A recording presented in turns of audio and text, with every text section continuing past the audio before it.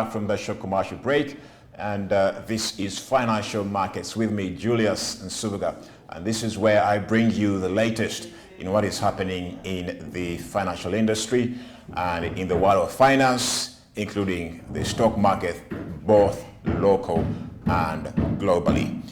And well, there is a lot happening all across the world, and we're going to be having a look at the exciting and also interesting global stock market and how it is right now. Well, to start with, the market snapshot from Uganda Securities Exchange just gives us a glimpse of what is happening in the Ugandan stock market. And let's just have a look at the performance of the share prices of each of these companies listed on the exchange. To start with, Bank of Baroda Uganda is actually trading at a share price of 90 shillings. And the British American Tobacco Uganda is basically trading at a share price of 15,000 shillings. Centum Investments Company Limited is trading at 436.88 shillings per share. And Cipla Quality Chemical Industries Limited is trading at a share price of 93.22. Development Finance Company of Uganda is trading at a share price of 564.00, and that is it for DFCU. We have also East African Breweries Limited trading at a share price of 4,544.11. So we can see that East African Breweries Limited has basically been trading at about 5,000, but now its share price is down to about 54.11. So it is basically important to note here that the share price, that is the big change that I see here regarding the East African Breweries Limited share price. So turning to Equity Bank Limited, it's basically trading at 1,609.17 shillings per share as we speak right now. So we also have Kcb Group. Kcb Group is now basically trading at a share price of 1,397.72, and that is a share price for KCB. And if you can, KCB is Kenya Commercial Bank. And when you look at these companies listed here, you can see that many of them are cross-listed from the Nairobi Securities Exchange. And we basically hope to have more companies come on board. And of course, we have about half of the companies cross-listed from Nairobi to the Uganda Securities Exchange. So KCB Group is trading at that share price, 1,397.72 shillings per share. And you also have Kenya Airways. Kenya Airways is also cross-listed from the Nairobi Securities Exchange to the Ugandan Securities Exchange. And we see that it is trading at a share price of 119.09. That is its share price. And of course, the latest entrant and also the latest publicly listed company on the USE, and that is Mtn Uganda Limited, is trading at a share price of 190. And possibly it's been like this. We don't see a lot of change over there. But except that probably last week we saw a bit of a change there, a slight increase in its share price.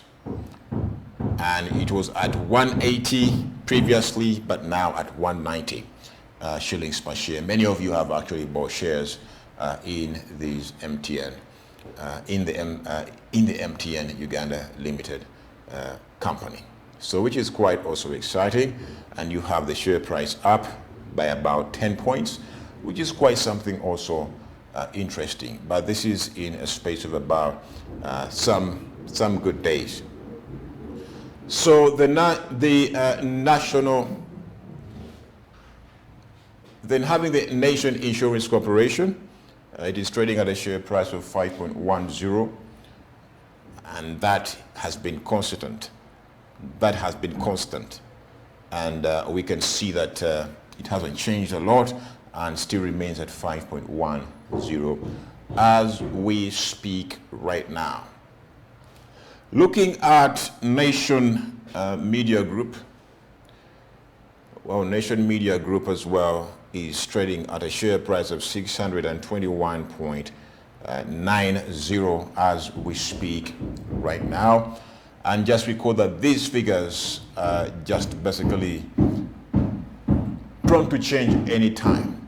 So if you would wish to find out how the days, how is basically been performing the Uganda Securities Exchange and many of these companies, you can basically just follow up in the evening hours, because that is when we can only have the closing share prices, so that we can gauge and see how it has been faring all throughout the day. So that is it for Nation Media Group, 621.90 shillings per share. So looking also at the New Vision Printing and Publishing Company, yes, its shares basically a few weeks ago it was basically halted, but we can see right here that there is some bit of a change. Previously at 150 shillings per share, and now at 160 shillings per share, which is also quite interesting to note. So the New Vision also has been listed also here for quite some time, and we can see that many of these companies are really indeed selling their stakes to the public, and that is why they're listed here. Looking at Stanbic Bank Uganda, is trading at a share price of 25.03, having previously traded at about 25.00. So we can see some bit of a slight change over there. So this is also quite something to note as well. So, but right now as we speak, we have it is indicating that there is a slight increase of about 1.0 points, the green indication right here on the Stanbic Bank Uganda stock. But the share price for me is basically the most important thing, because the rest I can compute. If you can basically tell Stanbic Bank's share price in the morning, and you know its share price by the time it closes, then possibly you know your the performance and the value of your stock that you have basically invested in there. Yes, so Uganda Clay is the first company to be listed on the stock exchange, is also trading at a share price of 23.06. And also trying to note that Uganda's stock exchange market is a young market, only about 22 years old. And so we can say that, the Uganda Securities Exchange, about 22 years probably and more. We see the stock market slowly growing, and we hope for more entrants. I get excited when I see more entrants coming in to be listed on the exchange. So this information is quite very vital, because you just never know when your company would decide to go public.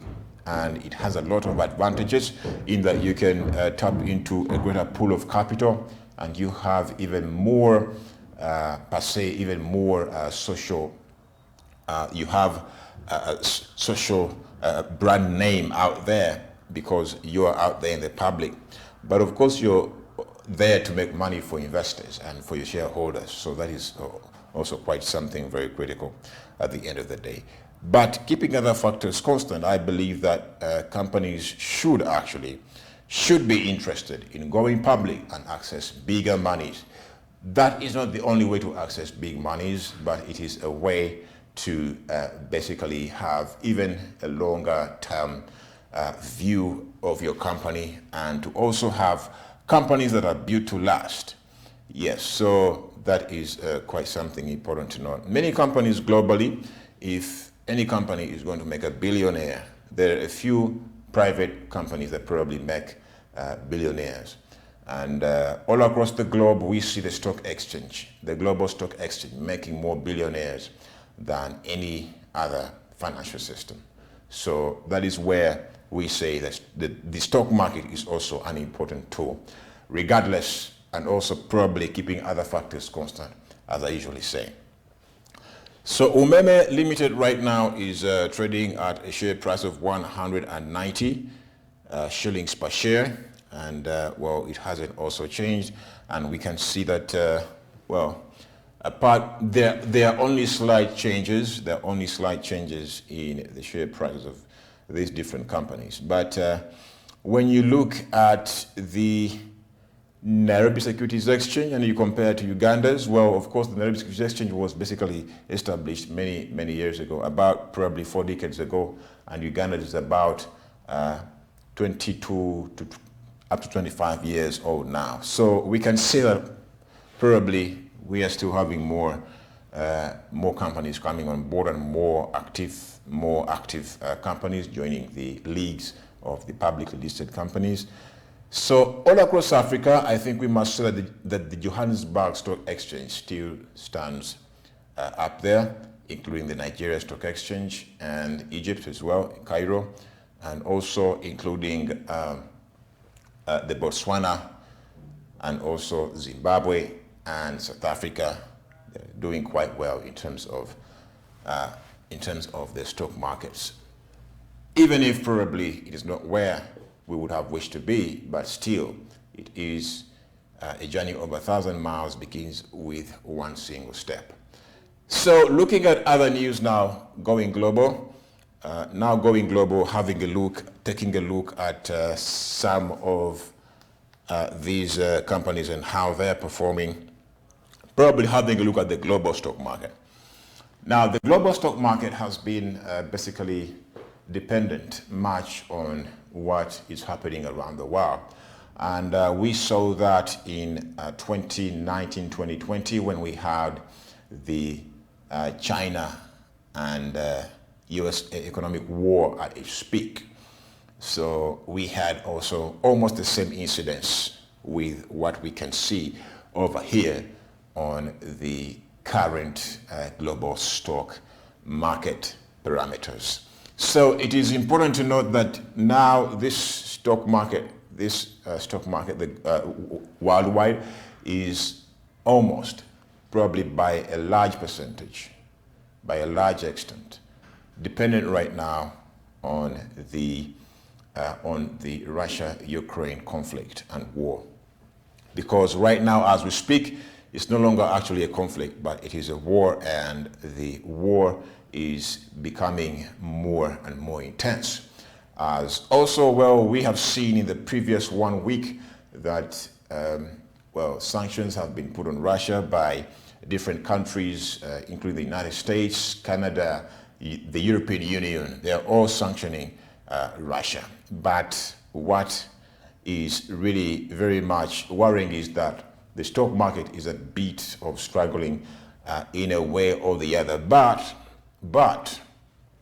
it doesn't necessarily mean that probably everyone is losing money. There's some who are basically now taking the opportunity to buy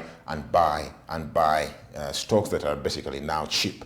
So these times, investors' instincts are even more sharper than ever before. Is it a time to buy or to sell based on your analysis? So it is important to go in there with a lot of in-depth insight and also knowing where to invest and where not to invest. So the global indices always help us. The global indices always help us to gauge the performance of the stock market all across the globe in different countries. For example, we have the Dow Jones index in the United States. We have the Nasdaq Composite index. We have the Financial Times Stock Exchange Index in the United Kingdom. We have the DAX from Germany. We have many others. So it is also important to basically also examine these indices because they represent industries. They represent these publicly listed companies that are on each of these stock markets. Now, starting with the USA just right here, there are quite a couple of indices, including the Standard & Poor's 500, or probably the one that we call the S&P 500. It is also right over there. So now to start with, let's have a look at a very clear analysis of the global Dow.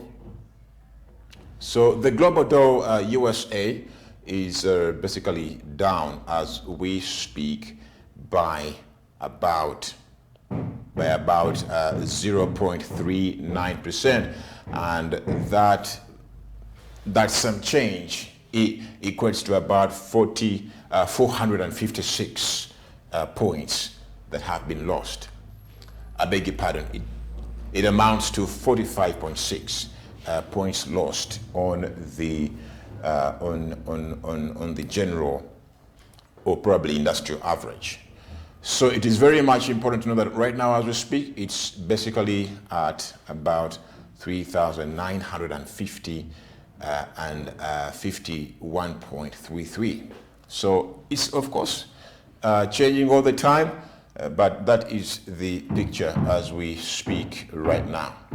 So also looking at the Dow Jones USA, so this is the global Dow. The global Dow is a representation of all publicly listed companies using the Dow index. It just represents what is happening globally in the stock market, and it is one of the most respected as well. So the global Dow is what probably you can look at and probably try to get a worldwide picture of the stock market and how it is performing, including many others that have probably the global index, in spite of having the local index. So having a look at the Dow Jones USA, the Dow Jones USA has about 30 publicly listed companies, the best performing 30 publicly listed companies. That is the Dow Jones. And it basically tracks down the performance of all these stocks and gives us an overview of how they are faring right now as we speak. So right here, the Dow Jones USA is showing us that probably it has lost by about 1.35%, and that equates to about losing 537.65 points. Well, these figures are changing all the time, as we normally say, but that is the picture right now as we speak. So it's down. It's down generally right now as we speak, and thus giving it a value of about 33,294.95. So that is the picture over there. 30 best performing stocks in the USA, their stocks are down by about 1.75%. So yesterday we have seen that the the Dow Jones index has been basically, yes, it was down over the weekend and it was bouncing back on Monday, and now we see it now down again. But this most of the time is driven by investors' anticipations, sentiments, and also predictions. So, but since the war is now intensified, you have Russia attacking more and more Ukraine, and probably even the talks between Russia and Ukraine amounting to almost nothing. So you have this reaction from the investors and also from the stock markets. We have seen in the previous days that the stock market in Russia has been closed. It's on hold as we speak, just to avoid losses, heavy losses in the value of stocks listed. So even companies listed in different European stock markets, Russian companies listed in different European stock markets are also down, and they're in a plunge. So as we speak right now, we can see that the Dow Jones is also indicating a negative, or probably a loss in the value of the stock. And the Nasdaq is also a very important parameter. The Nasdaq 100 Nasdaq is also a stock exchange, and also companies can basically list on that exchange on the Nasdaq just to have capital. And also you see here that the Nasdaq 100 represents 100 best performing companies in the United States. So that is it with the Nasdaq. So the Nasdaq is showing us, the Nasdaq 100 index is showing us that the stock market, these 100 companies represented, are actually losing by about 1.53%. Thus, if you equate that percentage change, it equates to about 231.82 points. That is what it is losing. And that, to me, is quite a huge one. It's quite a huge one, probably as we speak right now. But generally, you can see that the stock market is a bit of down. And yesterday we saw that investors had mixed feelings. And even now, the more probably mixed feelings there are, the more the stocks go down. So what do really prudent investors do in these times? Well, that is something up for discussion. And of course, we need a really in-depth analysis of what this really means in terms of an investor. What should you do in such times? So most of the times we want to buy cheap stock, and while everyone else is basically quaking and also fearful, you are on the move to acquire. So this is where the lions attack, when every other antelope disappears and only one remains. This is when the lion attacks. So well, that is up for discussion, and of course, but generally it's a very it's one of the tools that probably investors use to buy into different stocks, so that by the time this happens, by the time all these global events basically die out, you have your stock bouncing back, probably when you invest in very good companies. And we saw this also in the 2007-2008 financial crisis, where you had so many companies losing out on their stock, and of course, because of the real estate crunch and also the downturn in the economy, investors use that opportunity. Investors with big bucks use that opportunity to buy assets, real estate, cheap stocks, and probably just hold on to them until the right time comes, when the story is all different and only they see, probably only what we see is green lights, probably what we see is profit. So it is important to note that it takes a lot of guts and also investors' instincts and analysis to really do your homework and know where to put your money, and of course some bit of experience from people that basically do understand this more than you. And we are all basically trying to dive into all this information, but at the end of the day, you have to really be in position to make the right choice. Just like Warren Buffett says, that there's only one rule. There are two rules to investing. One, never lose money. And the number two rule is don't forget rule number one. So losing money is out of the question, and therefore it takes a lot of background checks and background work to really come up with an investment and probably invest in an asset that will basically give you the biggest and the best returns. So that is basically very, very important. So the Nasdaq Composite USA is a representation of all companies listed on the Nasdaq Stock Exchange USA. So it is showing that its share price is also down by about 1.59%, and this is a general trend.